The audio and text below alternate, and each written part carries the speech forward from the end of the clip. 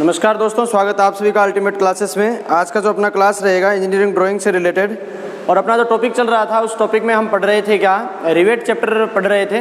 Rivet chapter को मैंने आपको पूरा डिटेल से बेसिक से लेकर के और सिंगल रिवेट लैप जॉइंट तक का पार्ट हमने कर लिया था। आज हम करेंगे सिंगल रिवेट नहीं करेंगे, आज हम करेंगे double rivet lap joint. Last lecture में हमने किया था सिंगल रिवेट और आज हम करेंगे क्या, डबल रिवेट।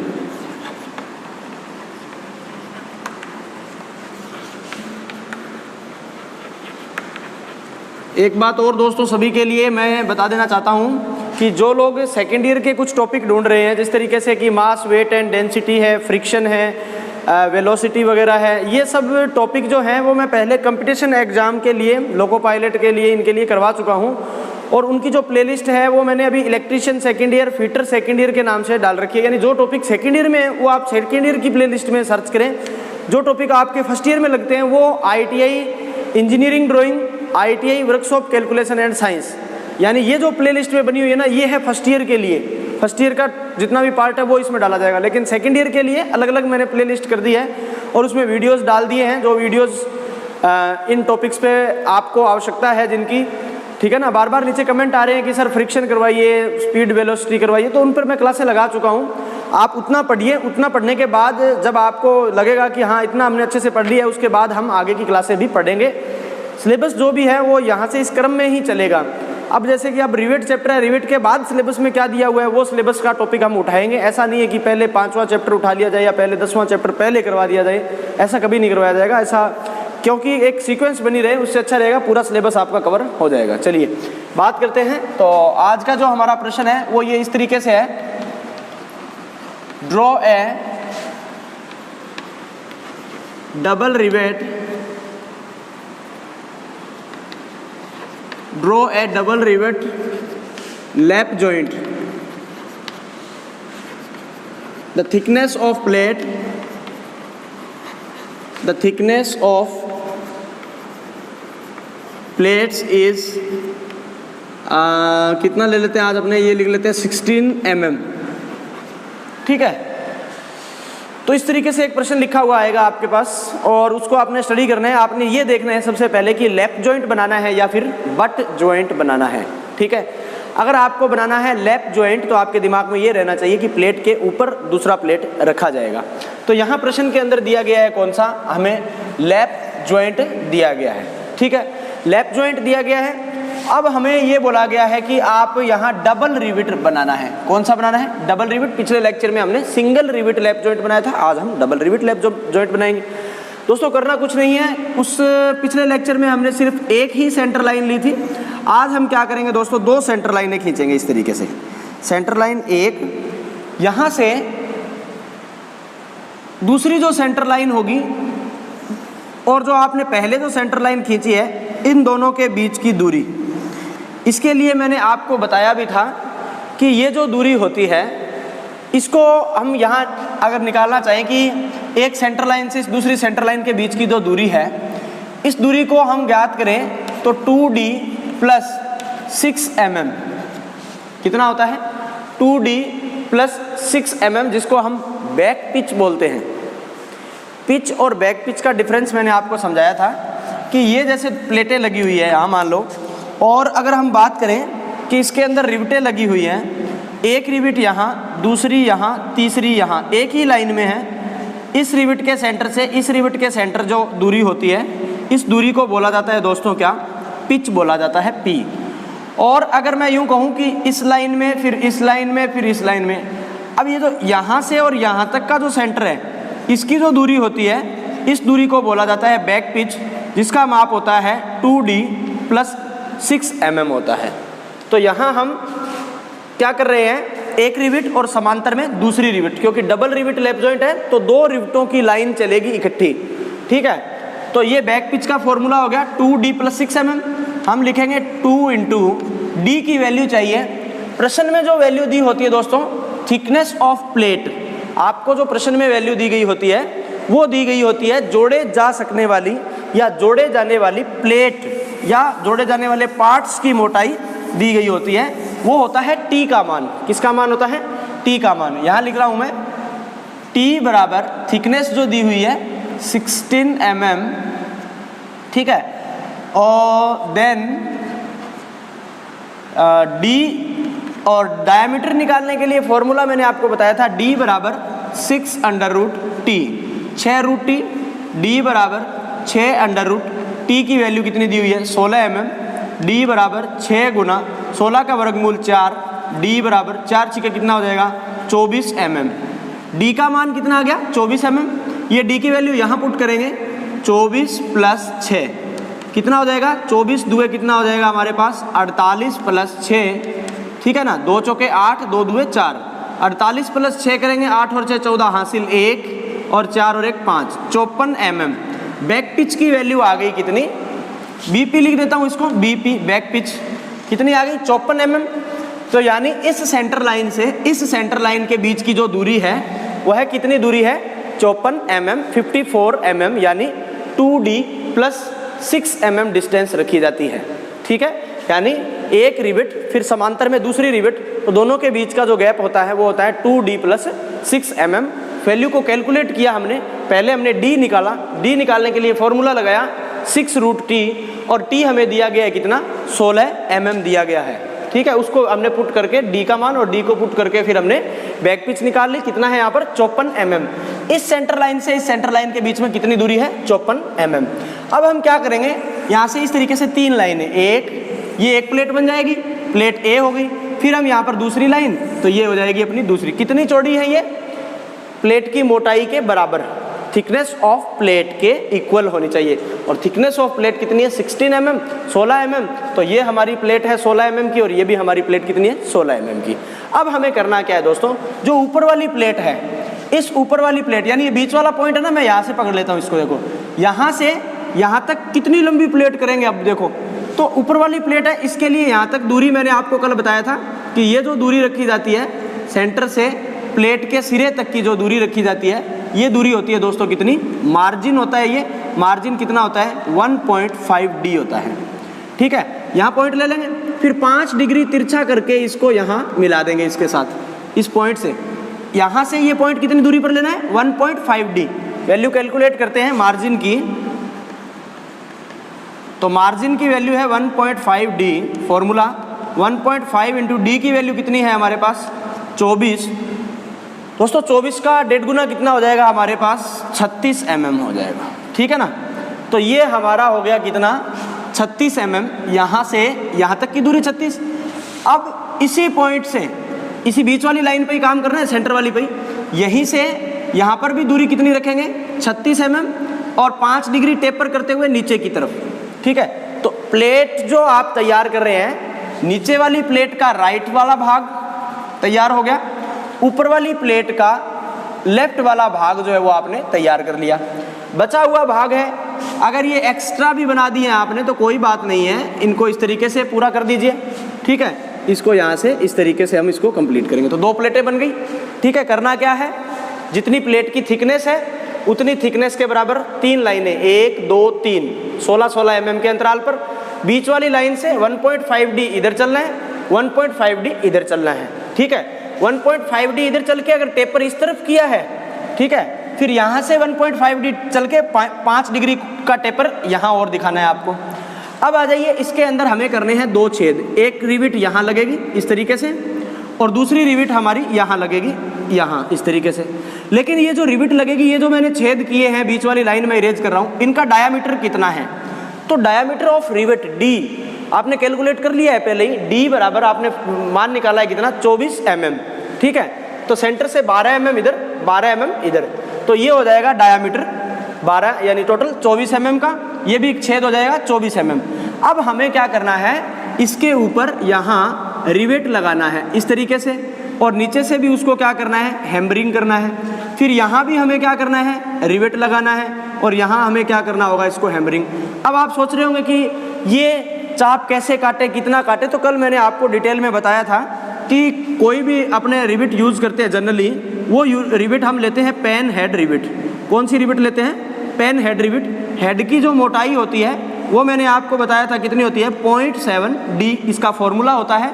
हेड का ये जो डायामीटर होता है इसका फॉर्मूला मैंने आपको बताया था 1.6d होता है। बस फिर क्या दिक्कत है, आप 0.7d की अगर वैल्यू निकालेंगे, 0.7 इंटू डायमीटर कितना है हमारे पास 24 mm, पॉइंट हटा देंगे बटे में 10, 7 चौके कितना हो जाएगा, 24 को 7 से मल्टीप्लाई कर लीजिए, 7 चौके कितना हो जाएगा 28 और 2 बचेंगे, 7 दूनी 14, 15 16 है, तो ये आ जाएगा 16.8 आ जाएगा आपकी वैल्यू। यानी इस लाइन से हेड जो है, ये जो अंतिम फेस है ये 16.8 mm, ये जो दूरी है ये कितनी आ गई हमारे पास 16.8, नीचे वाली ये वाली दूरी भी कितनी आ जाएगी हमारे पास 16.8, ठीक है ना। यानी इससे ज़्यादा ऊपर नहीं जाना। प्रकार यहाँ रखना जरूरी नहीं है। प्रकार कैसे रखेंगे कि इसकी दूरी कितनी है, डायमीटर कितना है 1.6d, तो निकाली वैल्यू 1.6 इंटू 24, जो भी गुना करेंगे वो जो वैल्यू आएगी ना डायमीटर की, उसको आधा करके यहाँ से क्या करना है, जैसे अपने इसको करके देखते हैं, 16 इंटू 24 करेंगे, 4 छिके 24 हासिल 2, 4 एकम 4, 6 दुए 12 और 4 16, 17 18 हासिल 1, 2 एकम 2 और 1 कितना हो जाएगा 3, एक संख्या छोड़ के 38.4 आ गया। जैसे तो 38.4 को आप आधा कर लीजिए, कितना हो जाएगा 19.2। तो यानी इसी सेंटर से इधर कितना चलना है, ये जो डायमीटर है ना, ये प्रकार खोलना है जो, वो 19.2 का खोलना है आपको। लेकिन प्रकार रखना यहाँ जरूरी नहीं है, क्योंकि जब आप प्रकार यहाँ रख के चाप काटोगे 19.2 का, तो वो तो ऊपर से जाएगा, क्योंकि ये दूरी कितनी रखनी है 16.8 रखनी है, ये कितनी है 19 है, 19 का प्रकार खोलोगे भाई तो 19 का तो ऊपर से चला जाएगा ना। इसलिए हमें क्या करना है, प्रकार को ऐसे व्यवस्थित करना है कि हमारी पेंसिल शुरू तो यहाँ से हो, लेकिन यहाँ से होकर के निकले, इस पॉइंट से 16.8 वाले से होकर के निकले, तो प्रकार हमें लगभग यहाँ रखना पड़ेगा। इस तरीके से प्रकार इतना खोल करके, और जब हम ये चाप लगाएंगे तो हमारा ये जो इस रिविट का हेड है वो बन जाएगा। यही प्रक्रिया यहाँ दोहराएंगे, यही प्रक्रिया यहाँ दोहराएंगे, यही प्रक्रिया यहाँ दोहराएंगे। फिर हम क्या करेंगे, ये जो दोनों प्लेटें हैं, इन दोनों प्लेटों के बीच में कौन सी क्रिया करेंगे, हैचिंग क्रिया करेंगे। और हैचिंग क्रिया के लिए हमें बिल्कुल पतली चलने वाली पेंसिल को यूज़ करना है। और इस प्रकार प्लेट ए की जो हैचिंग है वो मैं कर रहा हूँ डायगोनली रूप से 45 डिग्री वाले सेट स्क्वायर को लेकर के आपने इस तरीके से 45 डिग्री कोण पर समांतर लाइनें और पतली लाइनें जो हैं खींचनी है। तो ये हुई प्लेट ए के लिए हैचिंग। अगर इस तरीके से की है आपने, अब प्लेट बी के लिए अगर आप करना चाहते हैं तो वो इस तरीके से करेंगे आप उल्टा उसका, ताकि दोनों पार्ट्स के अंदर क्या हो, भिन्नता यानी जो डिफरेंस होता है वो स्पष्ट हो सके। अगर आपने दोनों की हैचिंग एक तरफ कर दी तो दोस्तों वो फिर एक अलग अलग पार्ट नहीं माना जा सकता है, उसको फिर सेम पार्ट माना जाएगा। अगर आपने हैचिंग का वे दोनों में सेम रखा है तो आपकी प्लेटें दो अलग नहीं मानी जा सकती, फिर वो सेम मानी जाती है। अब आगे क्या करना है, हमें आगे करना है दोस्तों सेम तरीका मैंने आपको बताया था। ये एक फ्रंट व्यू तैयार हो चुका है, अब हमें इसका जो टॉप व्यू तैयार करना है उसके लिए मैंने आपको बताया था कि आप पॉइंट गिन लो कितने हैं। सबसे पहला पॉइंट यानी पहले 20 mm छोड़ के एक लाइन खींच लो, ये लो।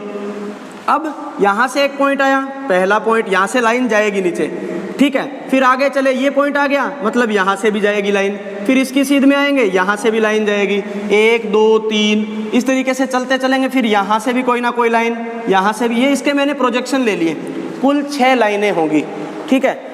अब ये जो लाइन है, यहाँ ये पॉइंट अगर आपको ऊपर से देखने पर दिखाई दे रहा है तो ये रियल लाइन खींची जाएगी, ये वाली लाइन रियल होगी, क्योंकि ये पॉइंट आपको ऊपर से देखने पर दिखाई दे रहा है, ये भी दिखाई दे रहा है, तो आप इसको रियल लाइन। लेकिन बात करें यहाँ तो ये वाला कोना तो आपको दिखाई देगा दोस्तों, इसलिए ये रियल होगा।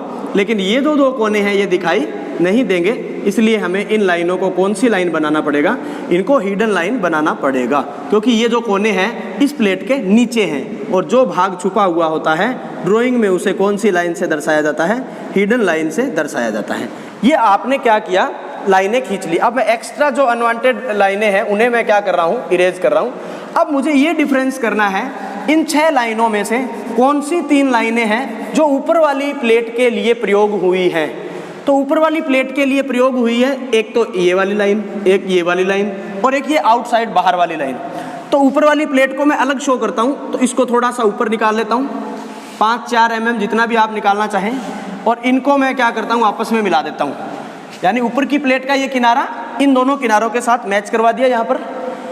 फिर हम यही किनारा नीचे से और देखेंगे इसको यहाँ से, और यहाँ इसके साथ मिलान कर देंगे इसका, ठीक है। और ये जो एक्स्ट्रा पार्ट है इसको मैं इरेज कर देता हूँ, ये लो। तो ये ऊपर वाली जो प्लेट है ना, ये एकदम अलग हो चुकी है पूरी अपनी बाउंड्री में, ये पूरी बाउंड्री में ऊपर वाली प्लेट जो है अलग हो गई। अब बात करें अगर अंदर वाली प्लेट की, नीचे वाली प्लेट की, छोटी प्लेट की, तो इसको हम अलग रिप्रेजेंट करेंगे। वो कैसे करेंगे, देखो इसकी बाउंड्री कहाँ तक है, यहाँ तक है। ये जो प्लेट है ना, नीचे वाली जो प्लेट है यहाँ खत्म हो गई ना, ये देखो ये पॉइंट और ये पॉइंट, इसके बाद पॉइंट नीचे वाली प्लेट का है नहीं, ये भाग इरेज कर देंगे। ये वाला पॉइंट यहाँ ला करके और ये थोड़ा सा इससे छोटा बना देंगे यहाँ से, ये लाइन यहाँ से होते हुए और ये बाहर वाले से मिल जाएगी ऐसे, ठीक है। तो ये अपना एक्स्ट्रा पार्ट यहाँ इरेज कर दिया इस तरीके से। सेंटर लाइन है तो अगर आप पड़ा रहने दो तो भी कोई दिक्कत नहीं है। तो दोनों प्लेटें अलग अलग शो हो रही हैं। देखो जो आउटसाइड बाउंड्री है वो ऊपरी प्लेट के लिए है, जो नीचे वाली प्लेट है उसके लिए ये जो बाउंड्री आप देख पा रहे हैं ये वाली है। अब बात आती है कि इसके अंदर हमें टॉप से देखने पर, जैसे कैलकुलेशन आप समझ गए होंगे, सभी ने नोट भी कर ली होगी, किस तरीके से कैलकुलेट करना है वो सीख भी लिया है। मैं आपको इसका पिक्टोरियल व्यू बना करके बताता हूँ दोस्तों, फिर आपको बहुत अच्छे से समझ में आ जाएगा। देखिए ये दो प्लेटें इस तरीके से रखी हुई हैं। किस तरीके से, इस तरीके से दो प्लेटें आपस में रखी हुई है, ठीक है ना। ये देख लीजिए,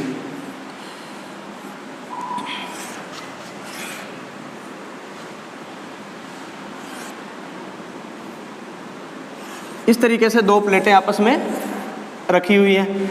अब हम अगर बात करें तो ये ऐसे मान लो ऊपर एक दूसरे के ऊपर रखी हुई है, ठीक है। तो यहाँ छेद किया और यहाँ पर हमने कौन क्या लगा दिया, रिवेट लगा दी नीचे तक इस तरीके से। सपोज करो इस तरीके से ये नीचे रिवेट लग गई, फिर हमने यहाँ एक छेद किया, यहाँ नीचे से उसको हैमरिंग कर दिया। फिर इसी की सीध में अगर हम चलें, इसी की चेन में चलें यहाँ पर, तो यहाँ एक रिवेट और लगाना है हमें, और इसकी चेन में चलेंगे अपने तो यहाँ एक रिवेट और लगाना है हमें। तो टॉप से देखने पर हमें कितनी रिवेट दिखाई देगी, 1 2 3 4, ऐसे ये और लंबी होती है। अगर प्लेटें मान लो ये प्लेट यहाँ ख़त्म न होकर के और आगे तक लंबाई की होती है इस तरीके से, तो फिर अपने को यहाँ एक रिवेट और लगाना पड़ता, यहाँ एक रिवेट और लगाना पड़ता।